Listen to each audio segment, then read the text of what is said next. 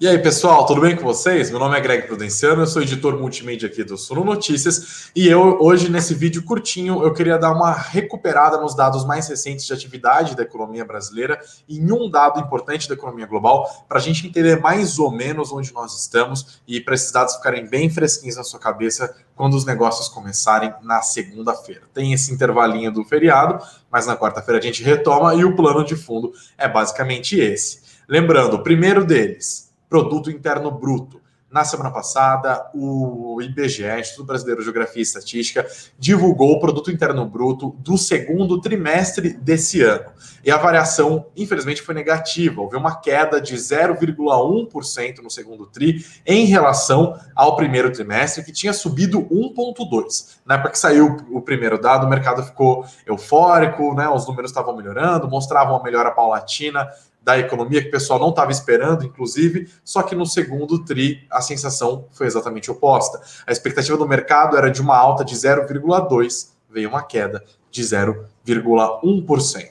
O IBGE interpretou esse dado como praticamente uma estabilidade, mas é bom destacar que esse foi o primeiro resultado negativo para um trimestre na leitura do PIB, depois de 3 resultados seguidos. A primeira queda desde aquela tombaço de 9% no segundo trimestre do ano passado por causa da pandemia da Covid-19. Então é um dado para ficar de olho. Outro dado bastante importante que também saiu nessa semana, também feito pelo IBGE, foi a produção industrial do mês de julho. Ela caiu 1,3% na passagem de junho para julho, e lembrando que no mês anterior já tinha havido uma retração de 0,2%. Ou seja, o setor industrial está puxando freio no Brasil, e essa puxada de freio, embora fosse esperada, foi mais forte também do que o mercado estava esperando, frustrou as expectativas dos analistas e dos economistas, que esperavam uma queda de 0,7%, veio um tombo de 1,3%, praticamente o dobro.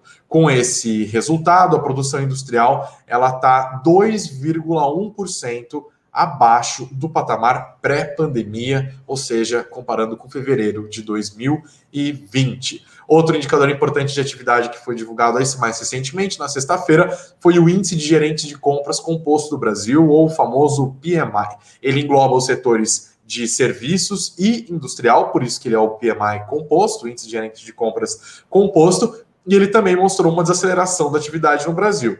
Ele passou de 55,2, estou fazendo minha colinha aqui, de 55,2 no mês de julho para 54,6 no mês de agosto. Lembrando que quando a gente está falando de PMI, o que mais importa ali é a barreira dos 50 pontos. Quando está abaixo de 50 pontos, significa retração, variação negativa.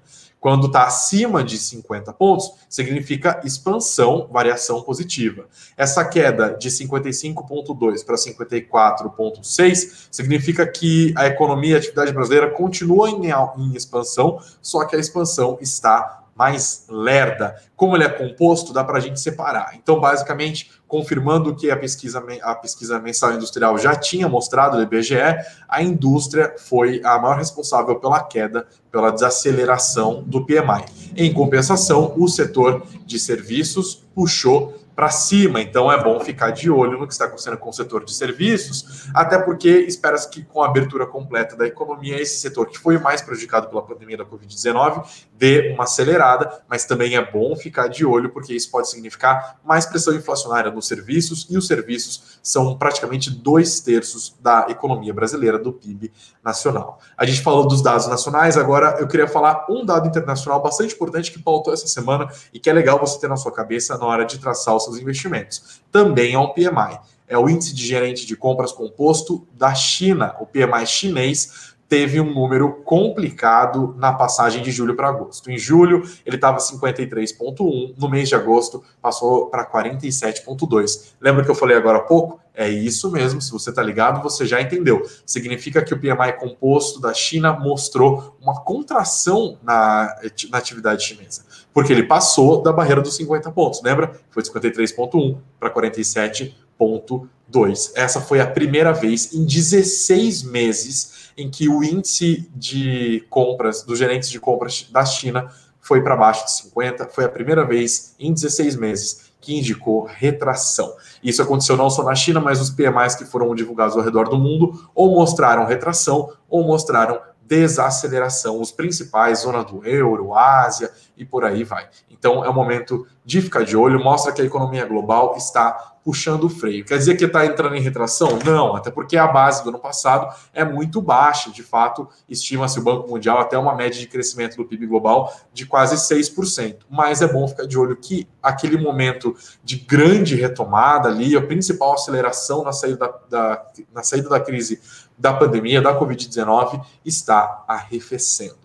Fica de olho nisso, esses e outros dados você sempre acompanha aqui nos nossos conteúdos do nosso canal do Suno Notícias, também nas nossas redes sociais e, obviamente, no nosso site suno.com.br/notícias. Valeu, até mais!